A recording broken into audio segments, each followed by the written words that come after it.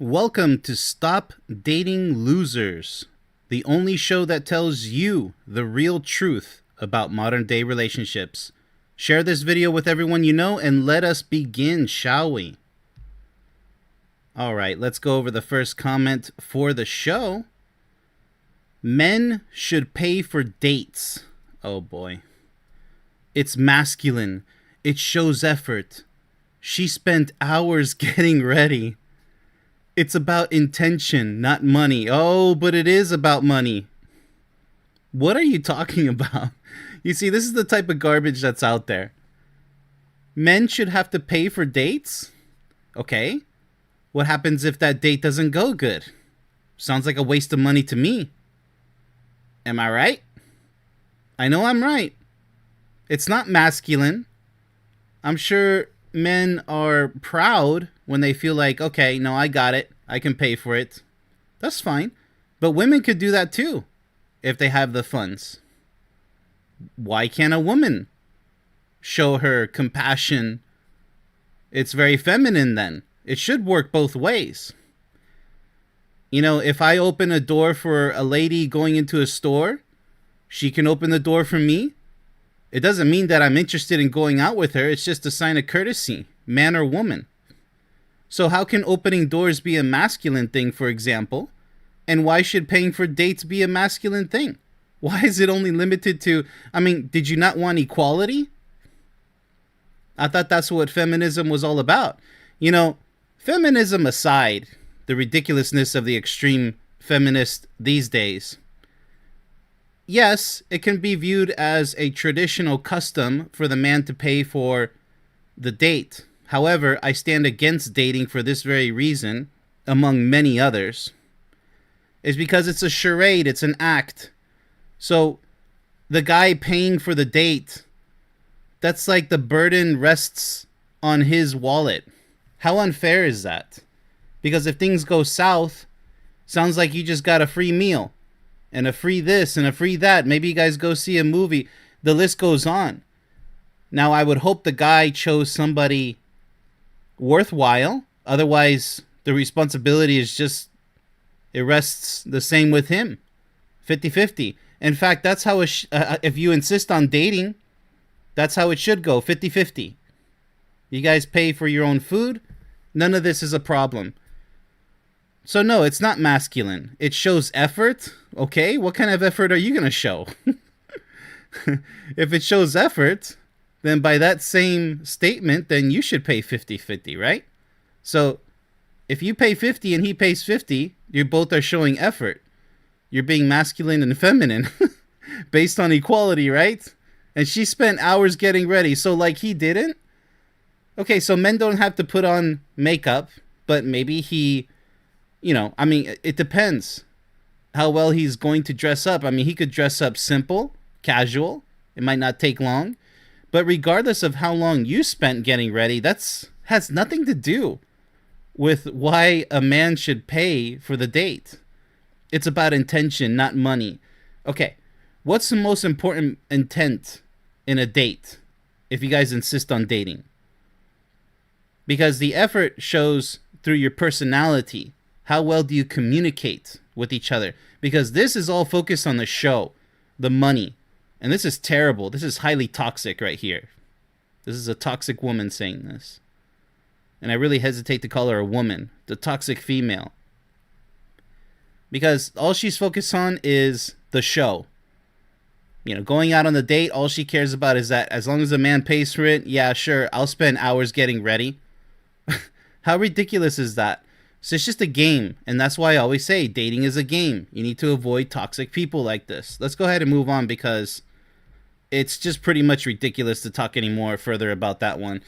All right, so the second comment here. Marriage is a humiliation ritual for the men. Oh, well, here we go. Now we're going to just swing the pendulum to the toxic men. The sanctity of what marriage used to be no longer exists. Men, stop signing your lives away to the state and protect your assets and your peace. All right. Ring the bell. Classic example of a miserable man trying to bring everyone down with him just because he can't be happy. So if he can't be happy, you can't be happy either.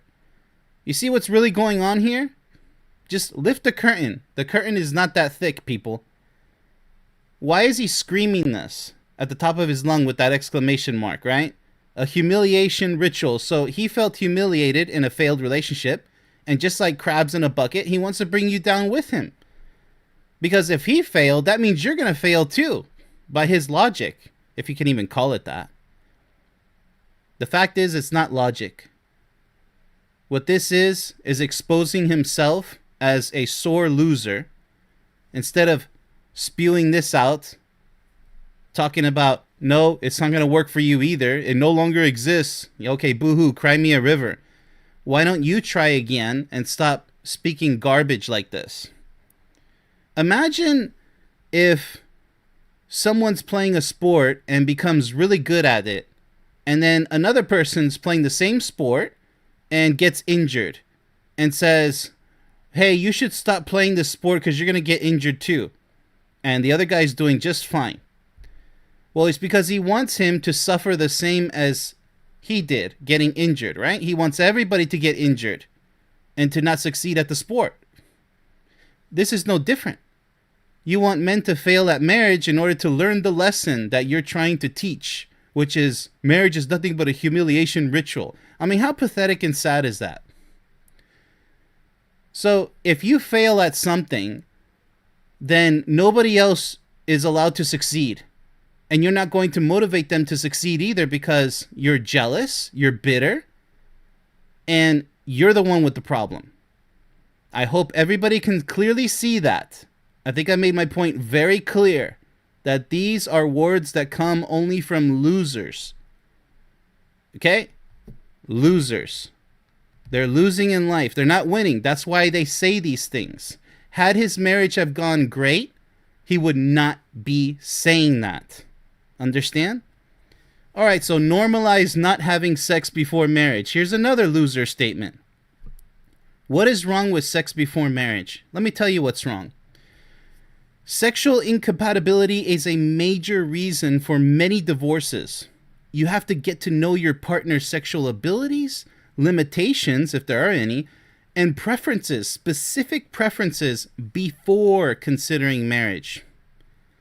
The last thing you want to do is jump in the sack after marriage on your honeymoon and realize that she doesn't want to do any of what you want sexually. Now who's a fool?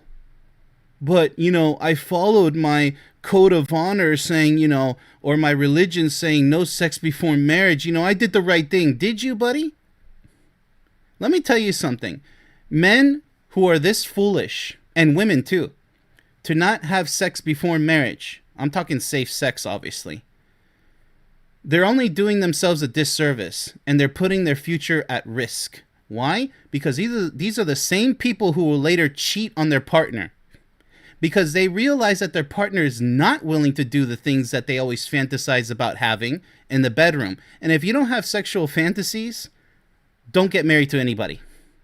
It's going to be the most mediocre, pathetic marriage you can possibly imagine if there's no sexual fantasies, if there's no excitement in the bedroom. Might as well just get a pet cat or dog, because that's what the marriage is going to feel like. Missionary only, maybe a doggy once a year, doggy style.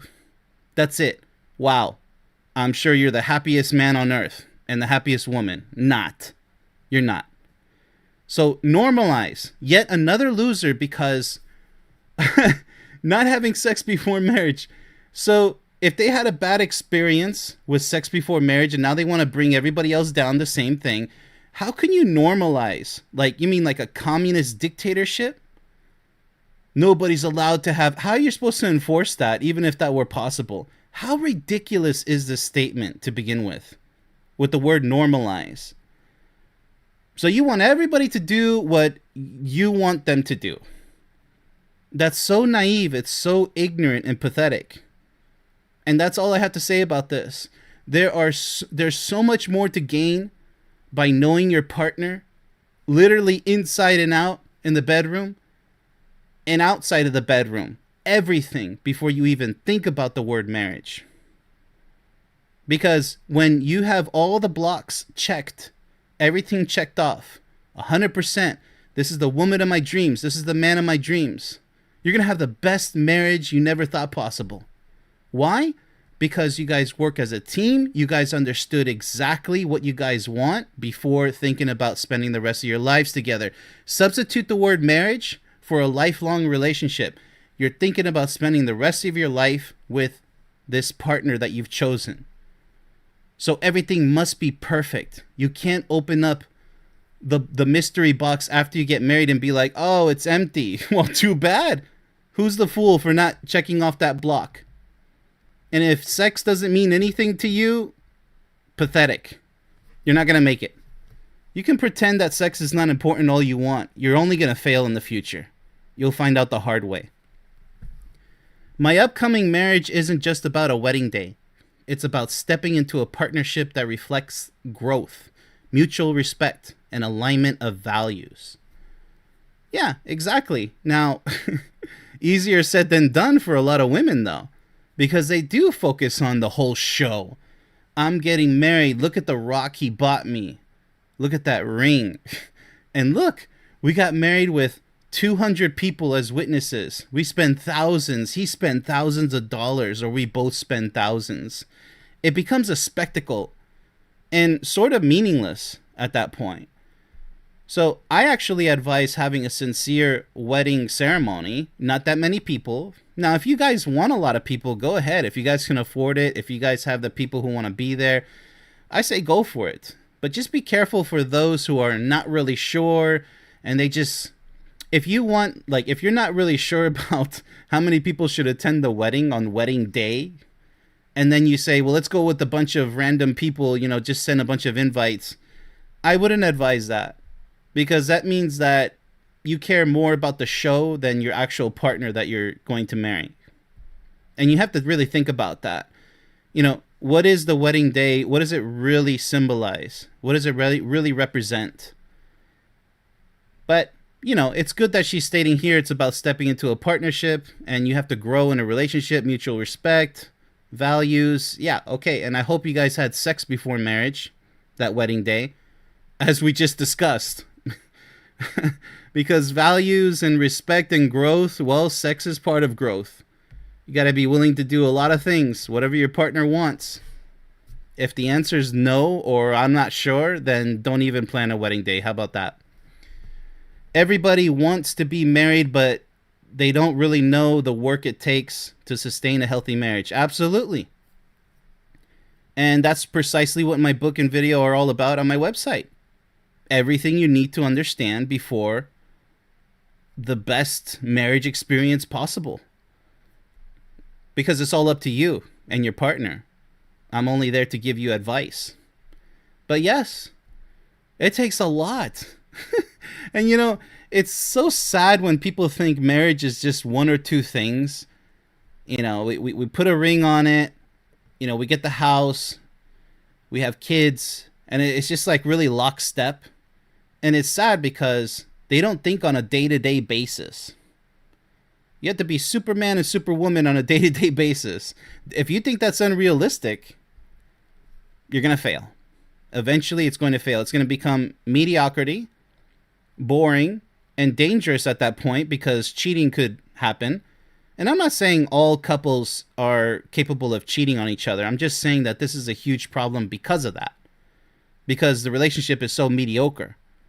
It's because they don't focus on the entire, whatever encompasses a lifelong relationship. Everything matters.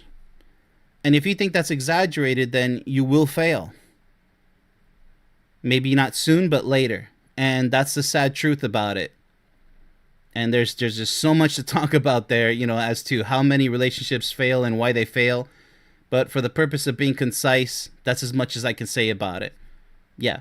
Most people don't really know the work that it takes, but it shouldn't feel like work or effort. You should be pleased to satisfy your partner and to be the best that you can be every single day. That's what should be your fuel, the energy that keeps you going every single day.